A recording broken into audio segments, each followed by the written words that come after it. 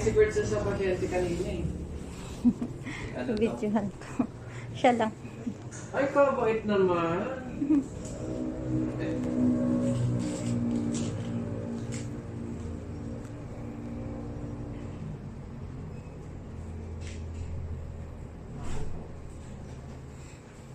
Buntis. Buntis talaga yan. Hindi mo ma'am, yung mga hypoechoic foci na to, mga bilog na nakikita nyo yan, ovary po yan, uterus po yan na naglalaman ng nana sa loob. So, hindi pa siya buntis. Tingnan din natin kung meron man po.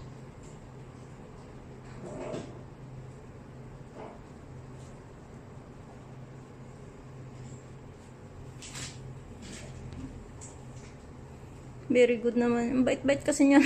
Bait nga po. Mamamatay na ako pag nawala pa yan. Yung kapatid niya, nako. Yes, yung mga wala. Sobrang love yan eh. Oo. Pero ang init niya. Ay, sus! Kawawa naman. Ang bait niya.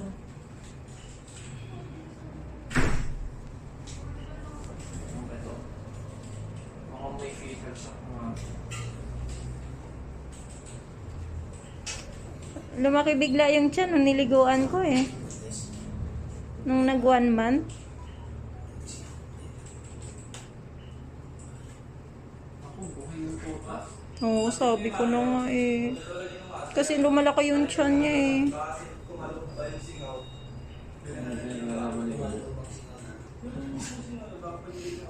Mawa naman. Pinaglalaban niya ni Gugu.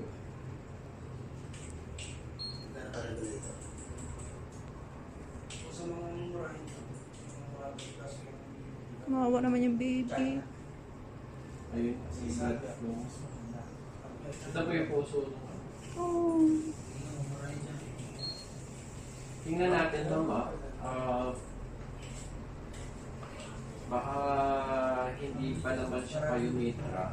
Sana duk. Uli, ano natin to, titingnan ko muna siguro. May baby siya eh. Ito yung apo. Ayun no. Baka kaya pa yung paanakin muna. Tingnan natin po. Kasi nakasurvive siya nung una niyang anak eh. Ayan no. Merong may heartbeat po dito. Hindi pa natin makapampuha yung bilang ng Babe, kasi 1 month pa lang po. Sa x-ray po natin makikita yun. Sana kaya mo pa, Priya. Sayang yung baby. Tingnan natin ma'am yung kanyang bigyan natin muna siya ng antibiotic for 1 week. Let's see kung may improvement tayo. Ulitin natin po yung CBC siguro after 1 week. Sige po, sige po.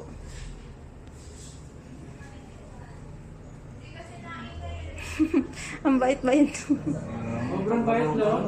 Sobrang bait pa no. Gagalaw yung tuta niyo. Oh. Kita niyo. Ayun no? Likot to.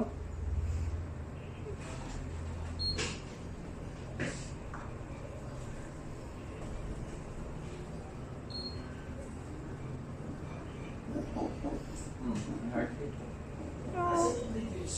Oo nga.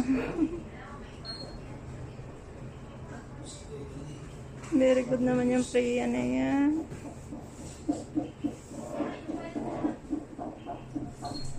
Wala.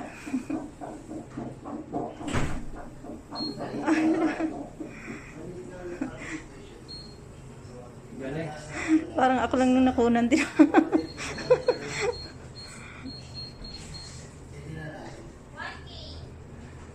Galing nung dito.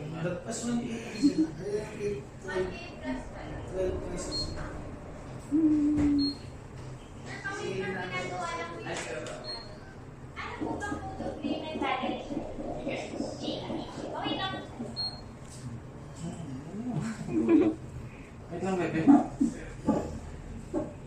Oo, yung baby mo. Oh. Tingnan natin sa kabila. Kabilang side. Nanginginig na. Malamig. Malamig po kasi yung It's okay. Bigla akong bigla ka nagkaroon ng, ng pag-asa. Ayan, dito din meron, no? Ang dami. Unang anak ko niyan, dalawa lang eh.